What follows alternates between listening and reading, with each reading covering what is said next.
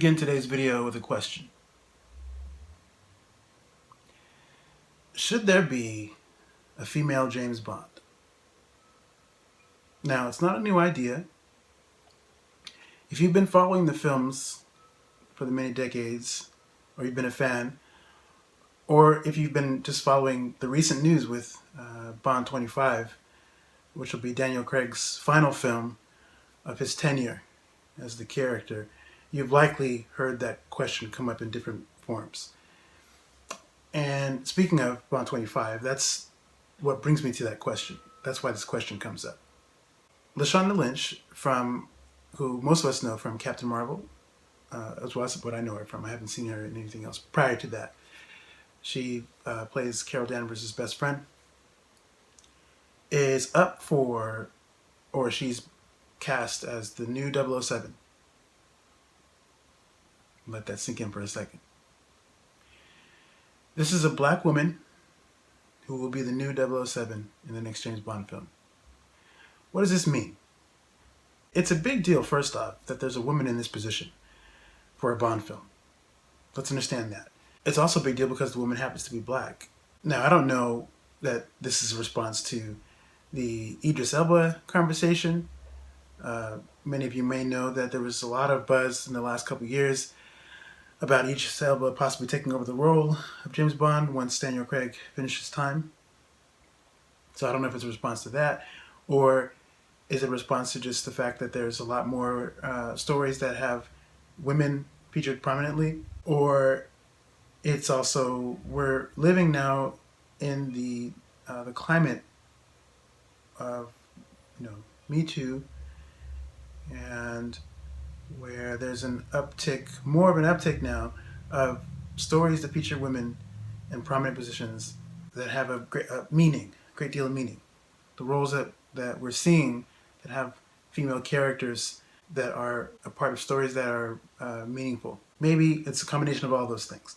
But the reason I want to talk about it, as a Bond fan for many years, an amateur Bond scholar, and so there's a lot of things that come to me from that lens of someone who's spent some considerable time as a fan and also studying Bond, the novels and the films. And I think that informs this question of, is it time for a female Bond? I think the answer to that question really lies in us examining the history around that. So not that long ago, this would never be a conversation. There are schools of thought that say that Bond, the character, should be a man. That said, there are schools of thought that question that, and why can't that change? This ties into a little bit of the notion of having stories that feature original characters doing that thing. For instance, I did the video, you may have seen the Little Mermaid casting situation where you have the black Ariel taking over the role of a traditionally white Ariel. Similarly, you have Lashana Lynch, who's a black woman, stepping into the role of 007, which has been traditionally white and male.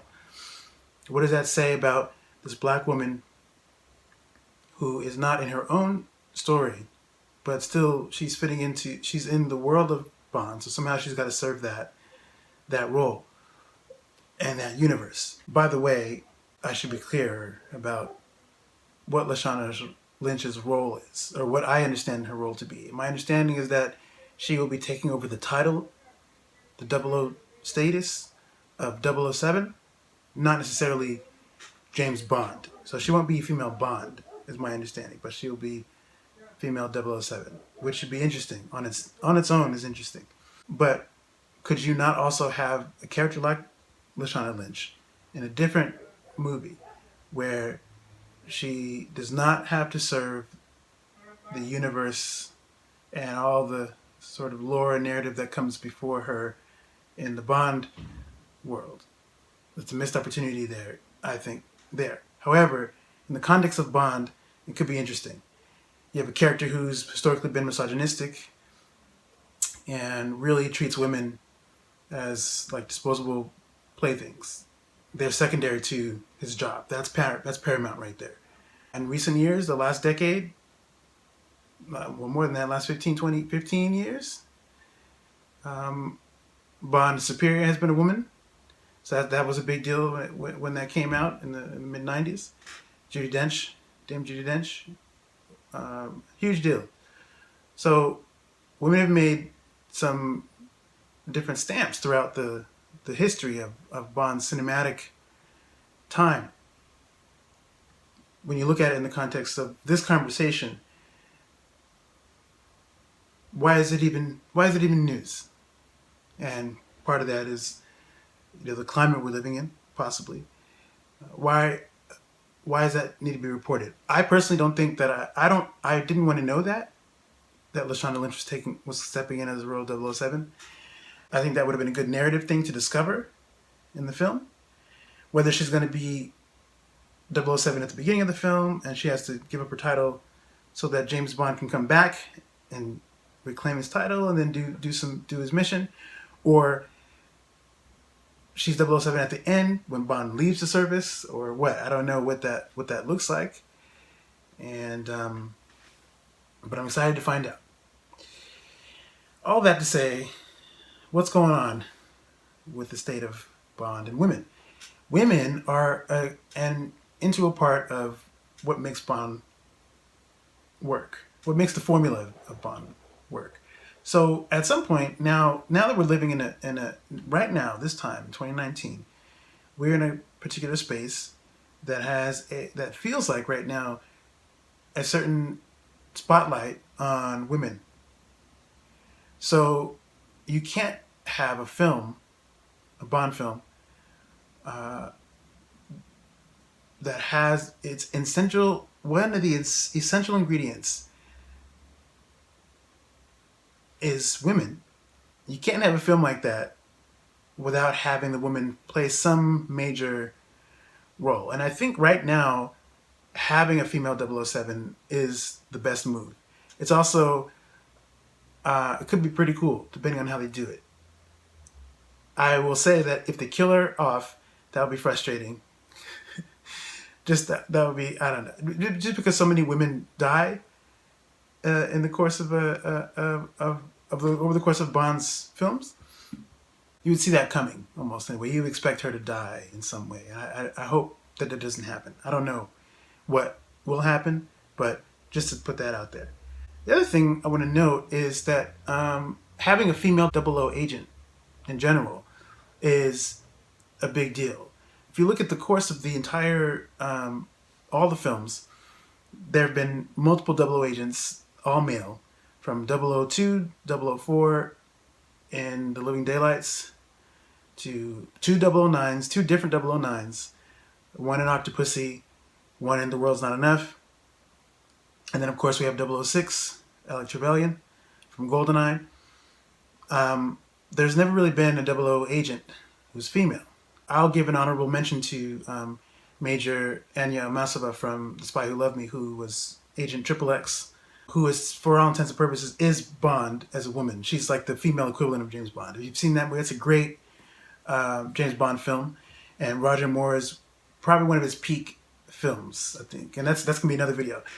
Each Bond has their peak film. I think Roger Moore, his is everything peak film. When I say peak film, I mean a Bond film that has all the ingredients that work in a way that's the most Bond. For Sean Connery, that's Goldfinger. Roger Moore, The Spy Who Loved Me. In my opinion, I think that's his like most Bond formula Bond film. And in that film, you have Major Anya Amasova, Agent XXX, who is 007's equal, really, in all ways, particularly when it comes to the job that they do. So aside from her, you really never had a character that could be on the 00 level. So it could be. I mean, you can count Jinx, I guess, for, from the Die Another Day, Halle Berry's character, but not really. I wouldn't count her in the same way as I would count XXX. Ultimately, though, it's time we've seen a woman wear a 00 license, I think. And that's just me. And look, I love Bond. I know, I'm a huge fan. So, but I do think that it makes sense now, and it's made sense for some time. But right now, it would be hard to not acknowledge the time that the film is being produced. That's one thing about the Bond films and Bond as a character, that he's always of the time. He's a man of his times, and the films reflect that. But they also reflect the time in which they're made. So it would be insulting in a way to have the next film be made and not have it acknowledge the current climate we're living in right now with regard to the attention that women are getting. So especially, again, like I said, when the essential ingredient, one of the main essential ingredients of a Bond film is the women. You don't have the formula's not there without the women. So you hope that there are women characters in this new film or in the later films that have some degree of substance and that are treated in a way that is worthy of respect. I think that as strong as Daniel Craig's films have been, that's arguable depending on who you talk to. There are some, well, particularly in Skyfall, there was a step that was it was a slight misstep. They stepped back a little bit, a couple generations, with how some of the women were treated in that film. And you hope that that's not a continuous thing. Bond has to continuously grow and shift and evolve with the time he's living in.